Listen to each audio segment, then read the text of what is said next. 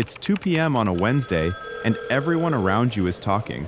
Your coworker is telling a story, someone is laughing, and you're sitting right there, nodding at the right moments, making the right expressions, but you're not there at all. You're three conversations deep inside your own head, replaying something from last week, running a version of tomorrow that probably won't happen the way you're imagining it. Your body is in the room. You never really left your mind. But psychology tells a completely different story. There are 6 rare psychological traits that define people who live inside their thoughts. And if you recognize yourself in even 2 or 3 of them, what you're about to hear will change the way you see yourself forever. Trait 1. Your mind became your safest place before you were old enough to choose it. Psychologists call this early psychological internalization, and it happens quietly, in childhood, without any decision you consciously made. When the world around a young child is unpredictable, emotionally chaotic, inconsistent, or simply not attuned to what that child needs, the nervous system makes a silent calculation. It pulls inward, not because something is wrong with the child, because the child is smart enough to find safety where safety exists. The interior world, thought, imagination, inner dialogue, becomes the one place where nothing can reach you without permission. You didn't decide to live in your head. Something in your early environment made that decision feel like the only reasonable one. Maybe your household was loud in ways that felt dangerous. Maybe it was silent in ways that felt equally threatening. Maybe the adults around you were physically present but emotionally somewhere else entirely, and you learned, slowly and without realizing it, that looking inward was more reliable than reaching outward. Researchers studying early childhood emotional regulation have found that children raised in unpredictable environments develop what's called heightened cognitive self-reliance. They think their way through situations rather than feeling their way through them. They map scenarios before entering them. They rehearse. They analyze. They prepare, because doing so creates a sense of control that the external world never consistently provided. That child grew up. But the strategy didn't leave. You're not living in your head because you're broken. You're living in your head because your mind learned to be the most trustworthy place you had. And the next trait explains exactly what that does to the way you experience other people. Trait 2. You read rooms the way other people breathe, automatically, constantly, without being able to stop. This is called hypervigilant social monitoring, and it's one of the most exhausting things a person can carry without ever being able to name it. When you walk into a space, your nervous system doesn't simply register that people are present. It immediately begins scanning tone of voice, body posture, the way someone paused before answering, the look that passed between 2 people when they thought you weren't watching, the slight shift in energy when you walk through the door. Most people move through social situations without registering any of this. You register all of it simultaneously. In real time, what looks like social anxiety from the outside is actually something far more precise. Your nervous system was trained early and thoroughly to detect subtle shifts in the emotional environment before those shifts became dangerous. You learned to read the room because at some point, reading the room kept you safe. The problem is that the skill never switched off. So now you're in a perfectly ordinary conversation, and part of your mind is monitoring the other person's micro-expressions. You're in a meeting, and you already know who is tense and who is performing confidence and who is quietly furious about something. No one is saying out loud. You go home afterward, and instead of resting, you replay the whole scene, analyzing, recalibrating, checking for things you might have missed. You're not paranoid, you're precise. You were just trained to be precise in an environment that required it. Trait 3. You have entire relationships inside your head that the other person knows nothing about. You rehearse conversations before they happen. You replay conversations after they're over. You compose messages you never send. You have arguments and reconciliations and moments of clarity, all in your mind, with people who are going about their day completely unaware.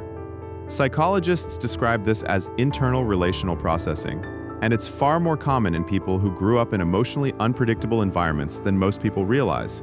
When expressing yourself directly felt risky, when saying the wrong thing had real consequences, when vulnerability was met with dismissal or anger or silence, you learn to process relationships internally first. You rehearsed before speaking. You planned before connecting. You thought through every angle of a conversation before you were willing to have it out loud.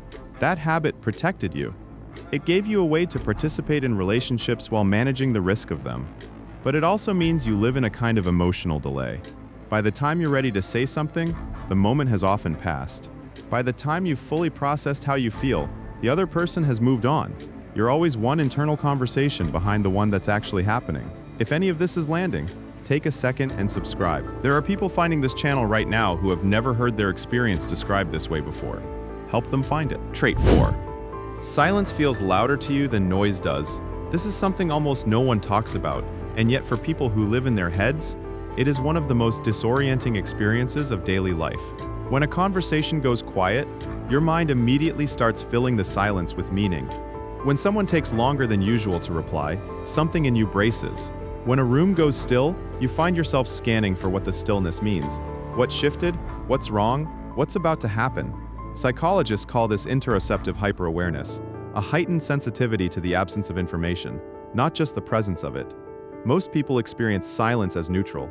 You experience it as a signal. And that signal almost always triggers your mind to start working, generating explanations, preparing responses, managing outcomes that haven't occurred yet. This is why you can be in the most peaceful environment imaginable and still feel like your nervous system is braced for something. The quiet isn't registering as safe. It's registering as the pause before something you need to be ready for. You're not incapable of peace. Your nervous system just never learned to trust that peace was allowed to last. Trait 5. You understand people at a level that sometimes frightens you, not because you've studied psychology, because you've spent your entire life watching. When you live primarily in your mind, you develop a particular kind of perceptiveness, not just about what people say, but about the gap between what they say and what they mean. You notice when someone's words and energy don't match. You sense when someone is performing fine, rather than actually feeling it. You pick up on things people didn't intend to communicate and probably don't realize they did. This is called empathic attunement, and at high levels, it functions almost like a second layer of perception. The difficult part is that this level of perception can be deeply isolating. You understand people clearly enough to see their pain, their contradictions, their defenses, but that understanding doesn't always translate into connection. Sometimes it translates into distance. You see too much to pretend you don't. You feel too much to stay entirely surface level. And most people aren't prepared for the depth you naturally move at, so you retreat back into your head. Not because you don't want connection, because real connection, the kind that matches your depth, is genuinely rare. And waiting for it inside your mind feels safer than reaching for something that might not be there. Trait 6. You're more at home in possibility than in reality. This is the trait that most people misread as daydreaming or escapism. But it isn't either of those things. Your mind naturally gravitates toward what could be rather than what is. You spend more time thinking about alternate versions of conversations, different paths your life could take, who you might become under different circumstances, than you do anchoring yourself in the present moment as it actually exists. Psychologists describe this as prospective cognition, the mental capacity to simulate future scenarios in detail. And while everyone does it to some degree, people who grew up feeling unsafe in their immediate environment develop this capacity to an extraordinary level. When the present moment wasn't somewhere you wanted to be, when reality was painful or chaotic, or simply not enough, the mind built somewhere better, a version of things that made sense, a future where the variables were different, a mental space where you had more control over the outcome than you did over what was actually happening around you. That mental space became home. The result is that you can feel profoundly restless in good circumstances. You can be surrounded by things that are fine, even things that are genuinely good, and still feel like you're waiting for your real life to begin somewhere just ahead of where you currently are. You're not ungrateful, you're not incapable of presence. Your mind simply learned to find meaning in the distance between what is and what could be, and for a long time that distance was the only place that felt like yours. Here's what no one ever told you. You didn't develop these traits because something went wrong with you. You developed them because something went wrong around you, and your mind responded with everything it had. The hypervigilance, the internal processing, the depth of perception, the inability to simply switch off and be somewhere without your thoughts pulling you elsewhere. These aren't symptoms of a broken mind.